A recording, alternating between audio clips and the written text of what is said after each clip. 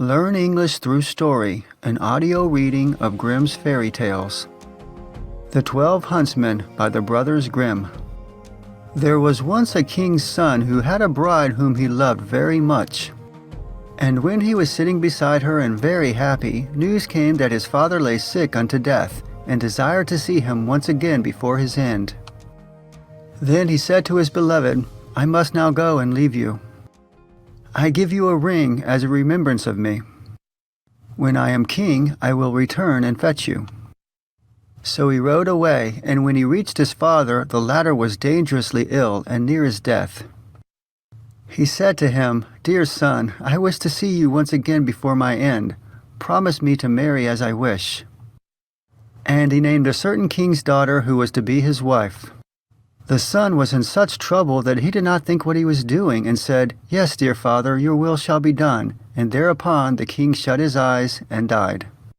When therefore the son had been proclaimed king, and the time of mourning was over, he was forced to keep the promise which he had given his father, and caused the king's daughter to be asked in marriage, and she was promised to him.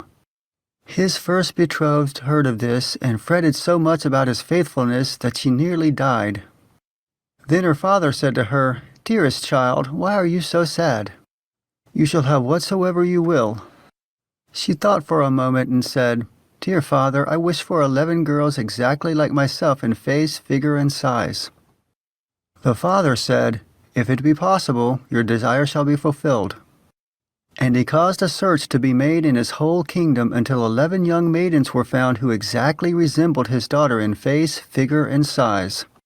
When they came to the king's daughter, she had 12 suits of huntsmen's clothes made, all alike, and the 11 maidens had to put on the huntsmen's clothes, and she herself put on the 12th suit. Thereupon she took her leave of her father and rode away with them, and rode to the court of her former betrothed, whom she loved so dearly. Then she asked if he required any huntsmen, and if he would take all of them into his service. The king looked at her and did not know her, but as they were such handsome fellows, he said yes, and that he would willingly take them, and now they were the king's 12 huntsmen. The king, however, had a lion, which was a wondrous animal, for he knew all concealed and secret things. It came to pass that one evening he said to the king, "You think you have 12 huntsmen?" "Yes," said the king, "they are 12 huntsmen." The lion continued, "You are mistaken, they are 12 girls." The king said, "That cannot be true. How will you prove that to me?"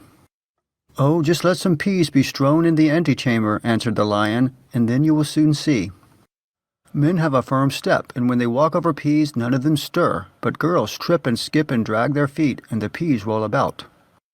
The king was well pleased with the counsel, and caused the peas to be strewn.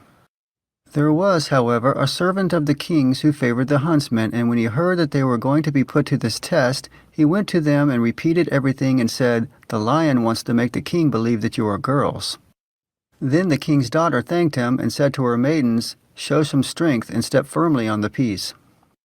So next morning, when the king had the 12 huntsmen called before him, and they came into the antechamber where the peas were lying, they stepped so firmly on them, and had such a strong, sure walk, that not one of the peas either rolled or stirred. Then they went away again, and the king said to the lion, "You have lied to me. They walk just like men." The lion said, "They have been informed that they were going to be put to the test, and have assumed some strength. Just let 12 spinning wheels be brought into the antechamber, and they will go to them and be pleased with them, and that is what no man would do."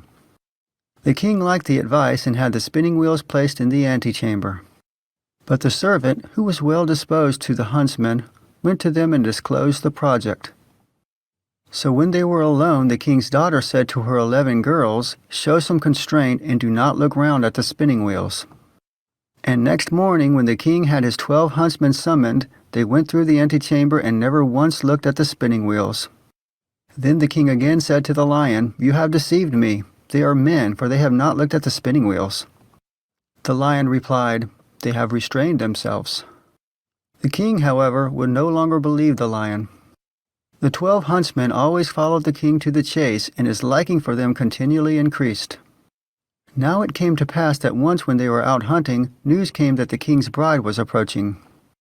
When the true bride heard that, it hurt her so much that her heart was almost broken, and she fell fainting to the ground. The king thought something had happened to his dear huntsman, ran up to him, wanted to help him, and drew his glove off. Then he saw the ring which he had given to his first bride, and when he looked in her face, he recognized her.